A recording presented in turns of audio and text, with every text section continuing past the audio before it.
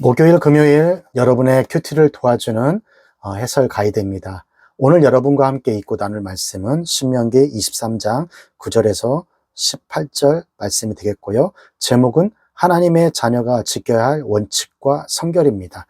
오늘 말씀을 조금 요약하다 보면은 하나님께서는 가나안 땅에 들어가서 어떻게 사는 것이 하나님의 백성으로 사는 것인지, 또한 어떻게 사는 것이 성결하게 사는 것인지 말씀하고 있어요. 어떻게 살아가야 할 존재인지를 오늘 본문은 가르쳐 주고 있는 것입니다. 먼저 9절 보겠습니다. 내가 대적을 치러 출진할 때 모든 악한 일을 스스로 삼갈지니라. 자, 오늘 말씀은 거룩과 비거룩의 싸움이에요. 이스라엘은 전쟁할 때도 백성을 정결하게 해야 한다고 오늘 적혀 있습니다. 하나님이 하시는 전쟁이기에 병영 안에서 부정하는 것을 제거해야 한다고 하는 것이죠. 자, 이스라엘의 싸움은 거룩과 지금 비거룩의 싸움인 것입니다. 따라서 이스라엘이 거룩되지 못한다면 하나님으로서 군대를 상실해 버린 것입니다. 이스라엘이 거룩하지 못하면 적을 치기 전에 분명 하나님께서는 이스라엘을 칠 수밖에 없다는 그 사실을 오늘 이야기하고 있는 것입니다. 자, 10절에서 11절 말씀입니다. 너희 중에 누가 밤에 몽설함을 부정하거든 진 밖으로 나가서 진 안에 들어오지 아니하다가 11절 해질 때에 목욕하고 해진 후에 진에 들어올 것이요. 자, 10절과 11절은 이 말씀은 거룩과 무슨 관련이 있을까요? 이스라엘이 하루는 해가 져서 다음날 해가 질 때까지 하루를 계산합니다. 그러므로 몽정하는 자의 부정함은 해질 때에 목욕하고 해진 후에 들어오라는 말씀은 정결하는 자로서 새날을 시작하라는 그런 의미가 있어요. 그럼 몽정을 부정하게 보는 이유는 또 무엇일까요? 이것을 글자 그대로 보는 것이 아니라 바로 이것은 인간의 몸에서 나오는 것이 부정하다라고 그렇게 보는 거예요. 인간 몸에서 나오는 것이 부정하다라는 것은 누가 부정하다는 거예요? 인간이 부정하다라고 이야기하는 거예요. 인간 몸에서 나오는 것이 부정하다라는 것은 이스라엘은 거룩한 자들이기에 항상 부정한 것과 싸워야 한다는 거예요. 항상 너희들은 구별되어져야 하는 그 존재란 것을 잊지 말라라고 하는 그런 의미에서 이 말을 쓴 것이죠. 12절에서 14절 너희 진 밖에 변소를 베풀고 그리로 나가되 너희 기구에 작은 삽을 도하여 밖에 나가서 대변을 통할 때 그것으로 땅을 팔 것이요 몸을 돌이켜 그 배설물을 덮을지니 죄송합니다. 이는 내 하나님 여호와께서 너를 구원하시고 적군을 내게 붙이시려고 내 진 중에 행하심이라. 그러므로 내 진을 거룩히 하라. 그리하면 내게서 불합한 것을 보시지 않으므로 너를 떠나지 아니하시리라. 자, 12절에서 14절까지 말씀을 봤는데요. 위의 말씀과 똑같은 이야기가 지금 반복이 되고 있는 거예요. 변을 볼 때는 진 밖에 나가서 구덩이를 파고 그곳에 변을 붓고 그 다시 흙으로 덮으라는 것입니다. 배설물은 더럽다는 것은 누구나 다 아는 이야기예요. 그러나 우리가 생각하는 그 더러움이 아니라 인간 몸에서 나왔기 때문에 더럽다라는 것을 지금 이야기하고 있는 겁니다. 바로 거룩한 군대의 진영 안에서는 그러한 더러운 것을 보여서는 안 된다고 이야기하는 것이에요. 이해가 되시죠? 이것이 바로 이스라엘이 해야 할 일이고 거룩을 들어서 비거룩을 치신다라는 것을 지금 알아야 한다는 것이죠. 마지막은 거룩만 남고 비거룩은 다 태워지고 사라지고 없어지고 마는 것입니다. 때문에 비거룩한 것은 마지막에 할 말이 없게 하는 그런 것입니다. 자, 15절에서 16절 종이 그 주인을 피하여 내게로 도망하거든 너는 그 주인에게로 돌리지 말고 그가 너의 성읍 중에서 기뻐하는 곳을 택하는 대로 너와 함께 내 가운데 거하게 하고 그를 압제하지 말지니라. 15절에 16절은 기타 규정들에서 나오고 있는데요. 좀 더 깊이 얘기하면 교회는 무엇인가에 대해서 지금 이야기하고 있어요. 종이 주인을 피해 도망쳐 지금 나왔다고 하잖아요. 주인의 학대가 얼마나 심했으면 그랬겠습니까? 종이 나올 정도면 어떤 마음을 갖고 나오냐면 죽을 수도 있다는 그런 마음을 가지고 지금 죽을 각오를 하고 도망쳐 나온 것이잖아요. 이 당시 다른 나라의 법에서는 어떻게 이야기하고 있냐면 도망쳐 나온 종은 주인에게 되돌려 주라고 얘기를 해요. 만약 그 종을 은닉하고 보호해주는 사람이 있다면 그 보호해주고 은닉해준 사람은 죽을 수도 있다고 이야기합니다. 그런데 하나님은 원주인에게 돌려주지 말고 그를 가장 좋은 곳에 살게 하고 그거를 학대하지 마라, 억압하지 말라고 이야기합니다. 왜 이런 법을 주신 것일까요? 그것은 이스라엘 백성들이 종으로 살았던 때가 있잖아요. 그때를 기억하고 또 너의 종의 신분을 해방시킨 것을 잊지 않게 하기 위해서 하나님께서 이렇게 했던 것이죠. 그래서 꼭 이 종뿐 아니라 고아와 또한 과부, 그 다음에 나그네까지 보호하는 것도 바로 이런 차원에서 그렇게 한다는 것이죠.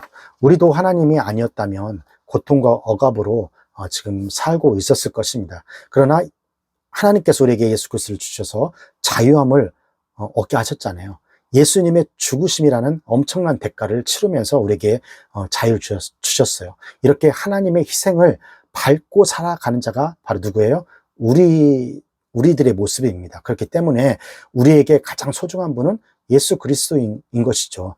예수 그리스도를 얻는 우리는 모든 것을 얻은 자입니다. 하나님께서는 도망친 종을 돌려보내지 말라는 것도 그 종이 가여워서 그렇게 한 것이 아니라 하나님은 이스라엘 안에 하나님의 모습을 담아두고 싶은 것이었어요. 하나님의 자비와 사랑을 담아주시고 너희들은 그 자비와 사랑으로 의지하면서 그 자비와 사랑을 의지하면서 살아가기를 원하셨다는 것이죠. 바로 이것이 교회의 모습 아닌가 생각돼요.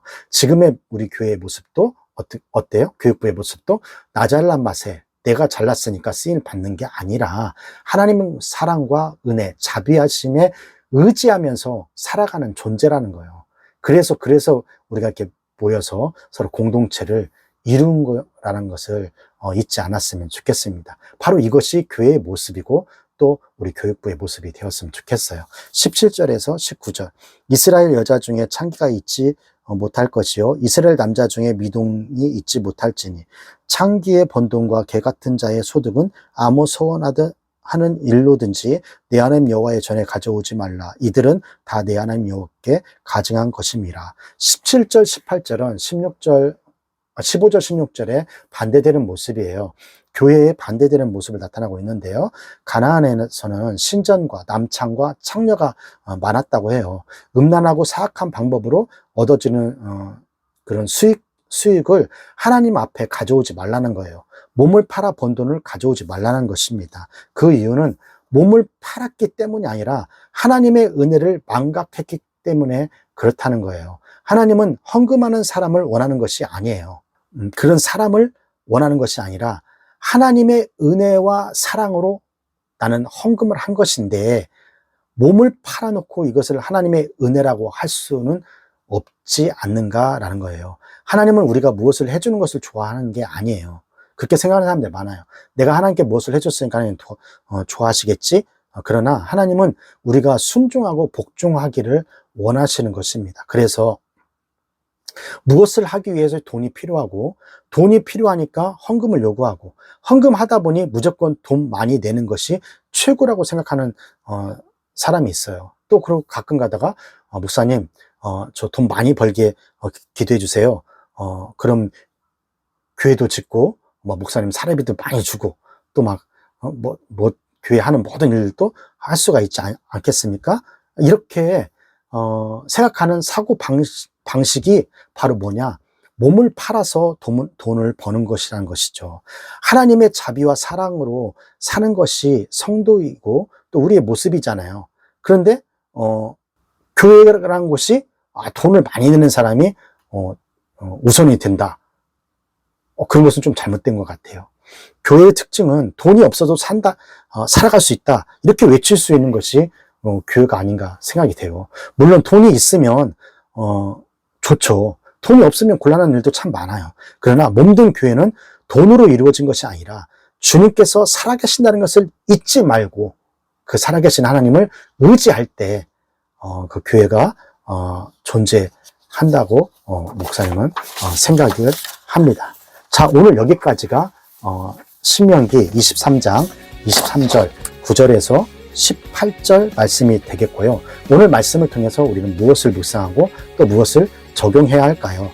첫 번째, 내 입장에서 살지 말고 하나님의 입장에서 살아보라는 거예요. 성도는 나의 삶이 부족한 것이 없고 나만 아니면 돼. 나만 아니면 그냥 괜찮아. 나만 만족하면 아무 이유, 아무 어려움이 없어. 이것이 바로 성도가 아니라 하나님의 입장에서 성도를 볼 때는 이렇게 보지 않는다는 거예요. 하나님은 각 개인의 사람을 볼 때 그 개인의 삶이 중요한 게 아니라 여러분의 삶이 중요한 게 아니라 하나님의 뜻과 계획이 더 중요하다는 거예요. 그래서 여러분들이 돈을 많이 벌고 또 중간고사를 잘 보고 기말고사를 잘 보고 대학에 들어가고 그렇게 하는 것이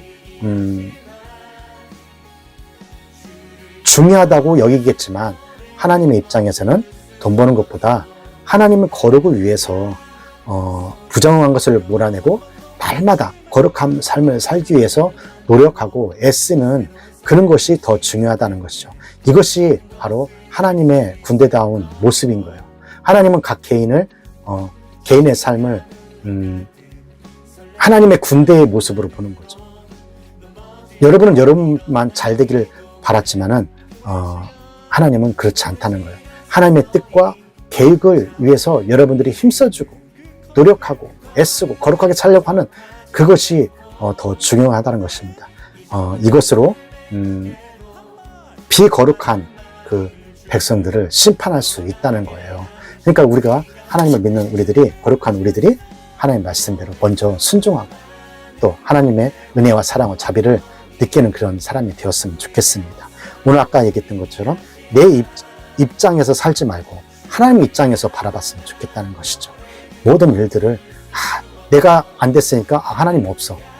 내가 잘 됐으니까 하나님 있네. 그러니까 이런 입장이 아니라 하나님의 큰 입장, 하나님 말씀에 순종하고 하나님 뜻, 하나님의 계획을 이루기 위해서 내가 내 꿈, 내 시간,